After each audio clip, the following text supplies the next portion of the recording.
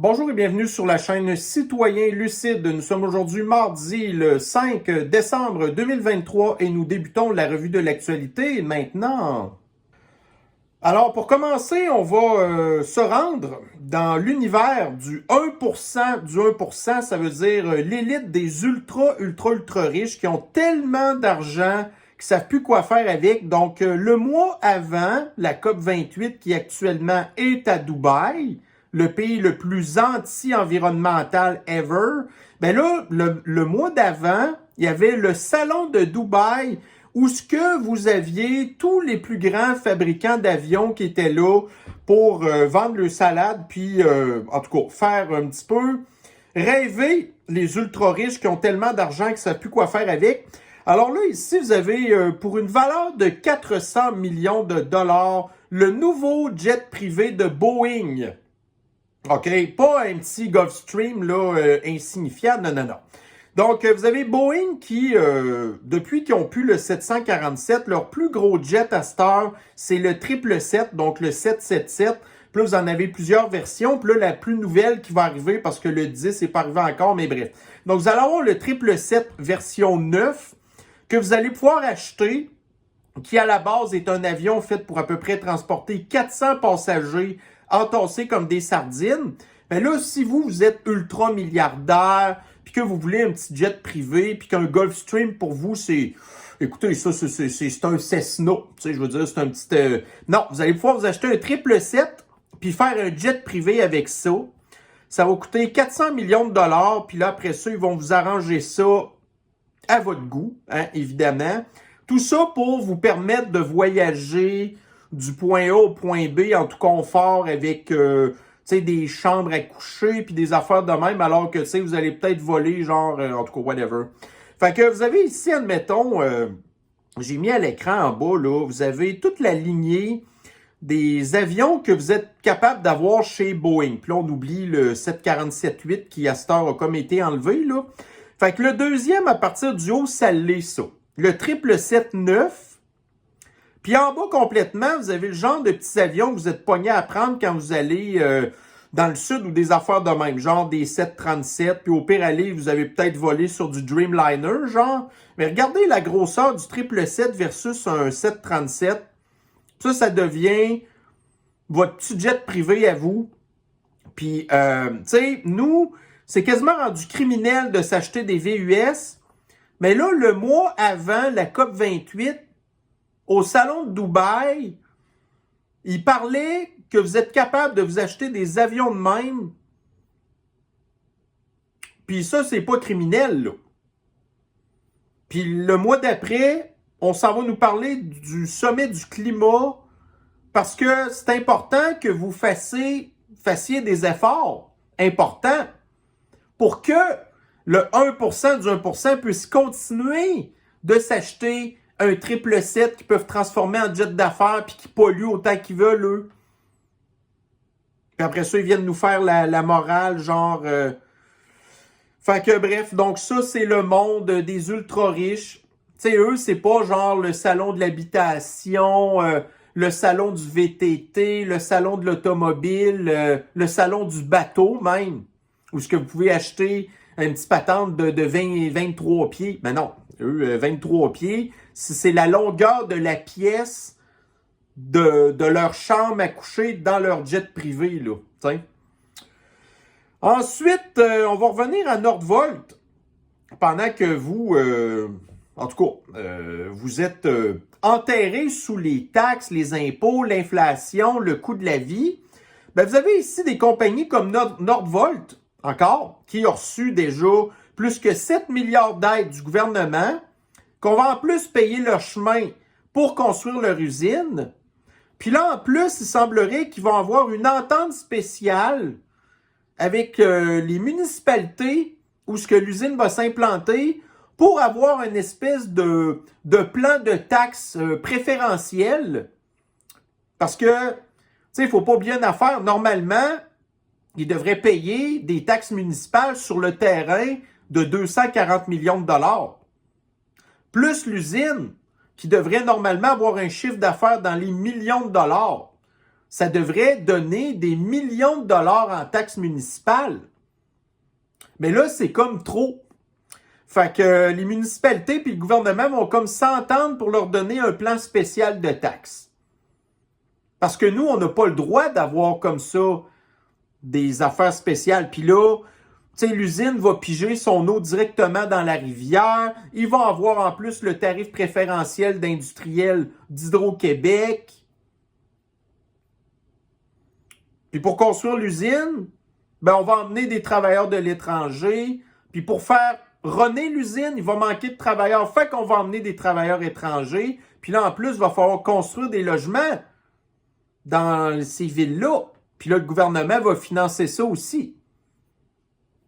Puis là, vous aviez l'espèce de vérificateur général du fédéral qui disait genre que ça ne sera pas rentable avant une quarantaine d'années, alors que l'usine va être fermée au bout de même pas 10 ans. Puis, ouais, c'est ça. Puis nous, après ça, tu sais, on nous a donné un chèque de 500$ pour voter pour le continuum aux dernières élections.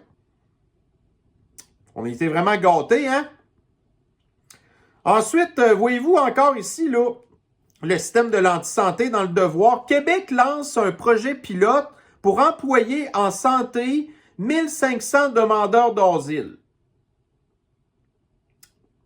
Tu sais, des gens qui viennent d'Haïti, de l'Amérique latine, qui parlent espagnol, qui n'ont pas de formation comme nous, nos infirmières qui ne sont pas capables de passer l'examen des infirmières. Là, on va amener des gens ici qui n'ont même pas l'équivalent d'un primaire. On va leur donner une formation accélérée. Puis après ça, c'est ces gens-là qui sont supposés nous donner des soins dans le système de l'antisanté. Puis ça, c'est encore nous qui payons ça.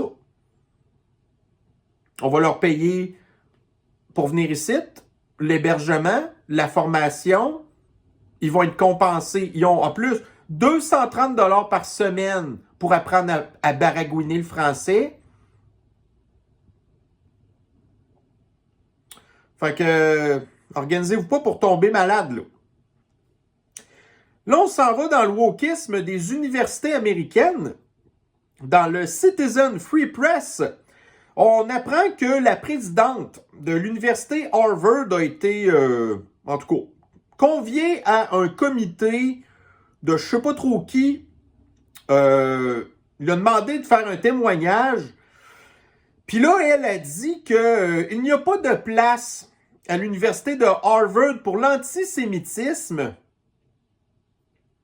Alors que depuis le conflit en Israël, donc vous avez des étudiants de Harvard pro-Hamas qui ont manifesté à l'université de Harvard en support à ce qu'ils disent la Palestine. Puis là, vous avez des étudiants qui, il n'y a pas longtemps, en plein cours, donc encore là, des terroristes qui sont rentrés dans la classe avec une espèce de gros klaxon pour faire du bruit puis faire des revendications. Là, les étudiants juifs ont peur à l'université d'Harvard parce que là, vous avez cette gang-là qui les menace tout le temps. Puis là, vous avez la big boss de Harvard qui dit qu'il n'y a pas de place à l'antisémitisme alors qu'ils n'ont pas du tout, tu sais, dans le fond, condamné ce que le Hamas avait fait en Israël. Mais écoutez, pour faire plaisir aux critères ESG, à l'extrême gauche et au wokisme, c'est important d'avoir cette femme-là à cause de sa couleur. Mais les investisseurs qui, habituellement, les donateurs, donnent genre des dizaines ou des centaines de millions de dollars à toutes les années pour faire runner l'université, beaucoup là-dedans font partie des Juifs d'ailleurs. Et donc, l'université d'Harvard a perdu encore là un donateur, un donateur majeur, genre, parce que, bon, ils n'étaient pas tout à fait d'accord avec la Big Boss ESG, puis de la laisser voir faire, tu sais, supporter des groupes de terroristes, puis... mais bon, Écoutez, un noir, on est content, pas nous, mais l'extrême gauche. Ensuite, ici, la nouvelle qui a fait le plus jaser, c'est pas majeur, mais c'est quand même, ça fait jaser. Dans TVA Nouvelles, vous avez ici la mairesse Avarie Plante qui s'est effondrée au sol lors d'un point de presse. La mairesse de Montréal, Avarie Plante, s'est effondrée au sol au moment où elle faisait le point sur l'actualité montréalaise. Fait que ça va tellement mal dans sa ville que probablement qu'elle aussi va mal à cause de ça. Donc, devant les médias, mardi matin. Fait que là, on a la vidéo dans TVA Nouvelles où ce qu'on voit, puis je vais vous la montrer. Honnêtement, on va aller voir les vidéos ensemble, là. Donc, allons-y en chronologie. Donc, bon, alors... Quelle est la cause, vous croyez, du malaise de Avarie? Est-ce que ce sont les changements climatiques ou possiblement, on avait ici l'automne passé, elle était toute fière, elle là, d'aller chercher sa 4e ou 5e dose de poison. Puis on le sait que des fois, ça peut prendre une couple de mois avant d'avoir des... Puis là, tout d'un coup... Alors, ça ici, c'est la vidéo que TVA nous a partagé. Et voyons voir qu'est-ce que c'est dit. Donc là, vous avez ici l'espèce de... le lutrin. Et Avarie qui est déjà effoiré, avec la petite madame qui va la flatter. Puis là, vous avez à peu près 5-6 personnes autour d'elle qui ne savent pas quoi faire. Puis là, elle est effoirée. Puis là, ça dure un bout, là. On la voit même pas se relever.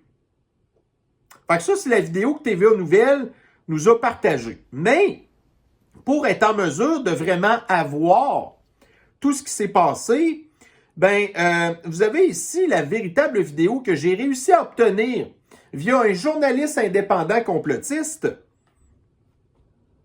Of service meal and direct them to other kinds of services. So I would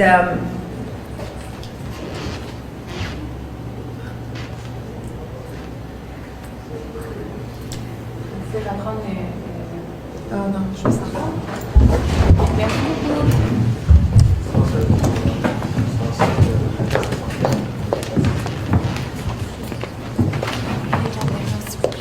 S'il vous plaît, on va arrêter les caméras, merci. Merci. On va arrêter les caméras, merci. Fait que, écoutez, là, Valérie, je le sais que tu tripes sur le pouvoir, mais là, si t'es pas capable de faire ta job, que c'est trop difficile, que c'est trop stressant pour toi, puis qu'en plus que t'es trop bête pour aller chercher ta 4e dose de poison l'automne passé, puis qu'en plus tu vas pas réaliser que c'est à cause de ça.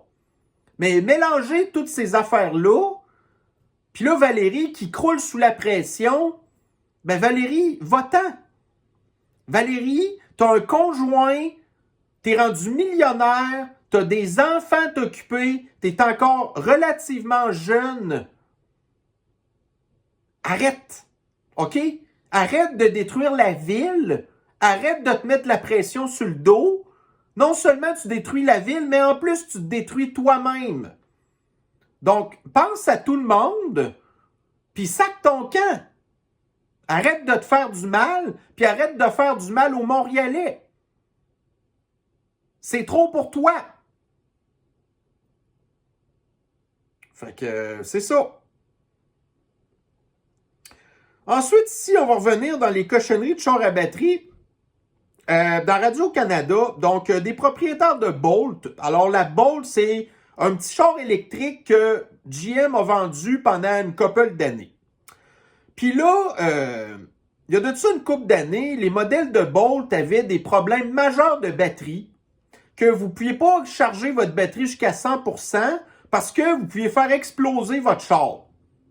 Fait que là, GM avait fait un rappel sur les voitures pour dire on va remplacer les batteries de ces autos-là, puis on va vous donner une garantie prolongée, puis tout, puis tout. Mais là, GM a commencé à faire ça avec les véhicules un peu plus vieux, puis après ça, GM a arrêté.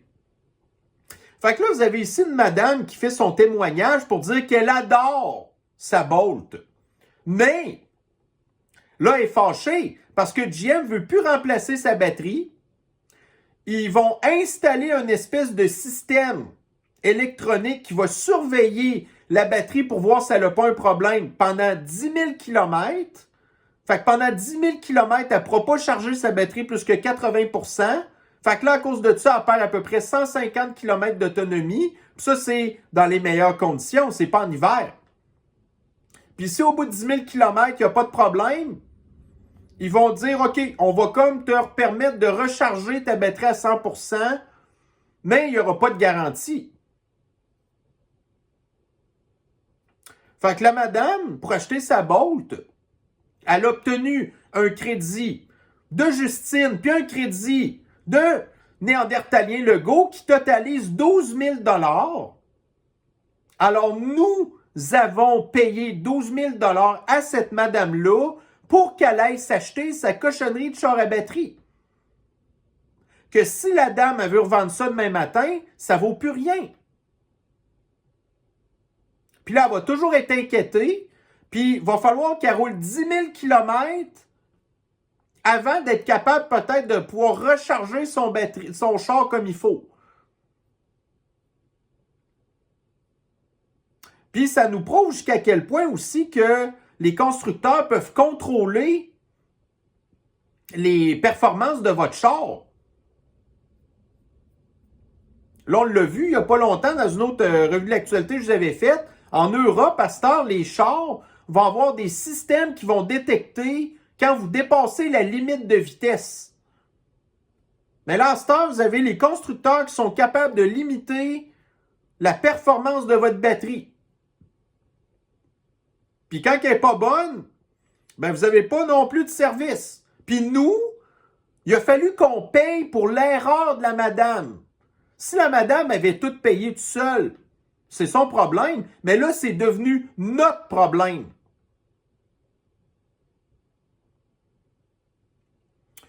Ensuite, ici, bon, avec la grosse tempête de neige qu'il y a eu dans la nuit, bon, en tout cas, la fin de semaine passée, là, vous avez TVA Nouvelles qui nous revient encore avec les articles.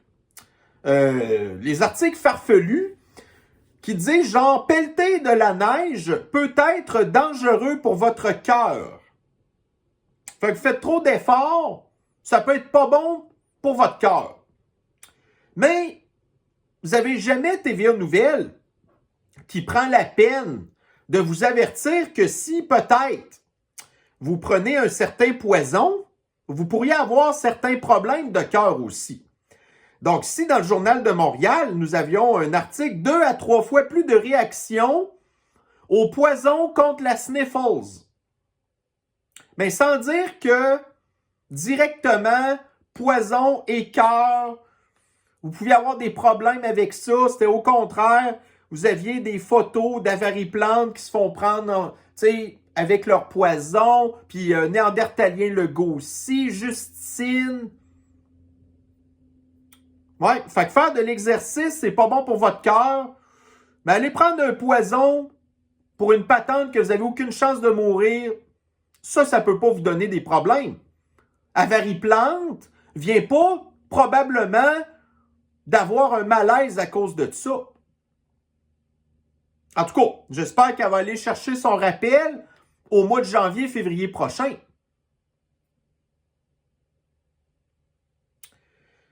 Ici, nous avons un journaliste de Radio-Canada qui, j'espère, fera partie des gens qui perdront leur emploi, mais en tout cas. Donc là, ici, il n'y a pas de personnes trans ou non-binaires sur le comité concernant l'identité de genre. Parce qu'au Québec, il y a vraiment un comité qui ont mis en place pour les personnes de la communauté flyée, trans ou non-binaire. Mais il n'y a personne de la communauté flyée dans le comité en question. Mais ça, le comité en question, c'est des gens qui sont payés des centaines de milliers de dollars pour parler de des sujets qui ne concernent même pas 1% de la population. Puis en plus, il n'y a personne de la communauté flyée dedans. Donc là, il y a quelqu'un qui pose une question. Aurait-on pu créer un comité sur la condition féminine sans femmes demande un certain M. Sioui. Probablement pas de répondre Diane Lavallée, la présidente du comité sur l'identité de genre. Mais pourtant, il y a déjà eu un certain Gabriel Bouchard, dude, qui était l'ancienne présidente de la Fédération des femmes du Québec. Elle était la première femme trans à la tête de l'organisme féministe. Donc, Diane Lavallée, est-ce qu'elle était au courant de ça? Donc, ces organisations-là qui sont supposées défendre une minorité sont tellement minoritaires qu'ils n'ont même pas des personnes de leur propre communauté sur leur comité. Puis on paye ces gens-là, comme je disais tantôt, des centaines de milliers de dollars. Bon, ensuite, si on s'en va en Afrique, au Niger, au Nigeria. En tout cas, je ne sais pas comment ils le disent, eux là, Niger ou Nigeria, whatever. Fait que là, le gouvernement, parce que, tu sais, en Afrique, c'est tout le temps la même affaire. Vous avez un gouvernement pendant un bout de temps, là, après ça, vous avez des milices, puis des groupes armés, genre, qui renversent le gouvernement. Puis c'est tout le temps comme ça. Fait que là, au gouvernement actuellement, là, ils chassent des milices, mais, tu sais, le Nigeria, c'est un des endroits où la population est le plus pauvre, mais le gouvernement a des drones militaires pour aller cibler les groupes paramilitaires. Mais là, l'affaire, c'est que les Africains sont tellement compétents pour piloter des engins comme ça, que là, ils ont été attaqués à un festival musulman et ils ont enlevé la vie prématurément à 85 civils parce que y a des gens, puis nous, on n'est pas mieux, là. Je dis pas les États-Unis, genre, surtout le gouvernement, qu'est-ce qu'il fait avec leurs armements? Ben, non, pas vraiment. Mais les Africains, tu sais, ouais. Fait 85 civils qui ont perdu la vie prématurément pour rien parce que c'est des incompétents. C'est comme en Iran, là, quand l'armée iranienne avait buté avec 2 missiles un avion civil parce qu'ils ne savaient pas faire la différence entre un avion normal ou un avion militaire. Fait qu'ils ont tiré des missiles, le monde est mort. Puis en bout de ligne, c'est Justin Trudeau qui a donné 25 millions de dollars pour compenser les Iraniens de double citoyenneté canadienne, puis le gouvernement iranien ne nous a jamais remboursé. Bon, il cite encore la communauté flyée. Donc, dans le Daily Mail, alors, il y a eu une course de vélo, là, puis là, 2 personnes que vous voyez actuellement sur le podium font partie de la communauté flyée. Ça, c'est un article qui vient tout juste de paraître, là. Voyez-vous, 5 décembre. Mais les 2 mêmes dudes, OK, ont gagné, encore une fois, au mois d'octobre, une autre compétition dans les sports féminins, 2 dudes. Puis les 2 dudes, encore là, première et deuxième place. Parce que l'extrême gauche déteste les femmes. Tu sais, vous êtes une femme, là, vous vous bottez le cul pour être performante, puis en bout de ligne, vous vous faites dépasser par 2 dudes qui sont même pas tant en shape que ça, genre. S'il était dans les compétitions de gars, il finirait dernier. C'est très humiliant. C'est pas motivant. Ça, c'est l'extrême gauche. Puis là, c'est le Daily Mail qui nous en parle. C'est pas TVA ou Radio-Can. Parce que ça serait important d'informer la population des affaires de même pour se rendre compte qu'il y a vraiment un problème. Tu sais, on est obligé de savoir parler anglais puis de passer des heures à tous les jours pour fouiller les nouvelles partout dans le monde pour réussir à être informé ces vraies affaires.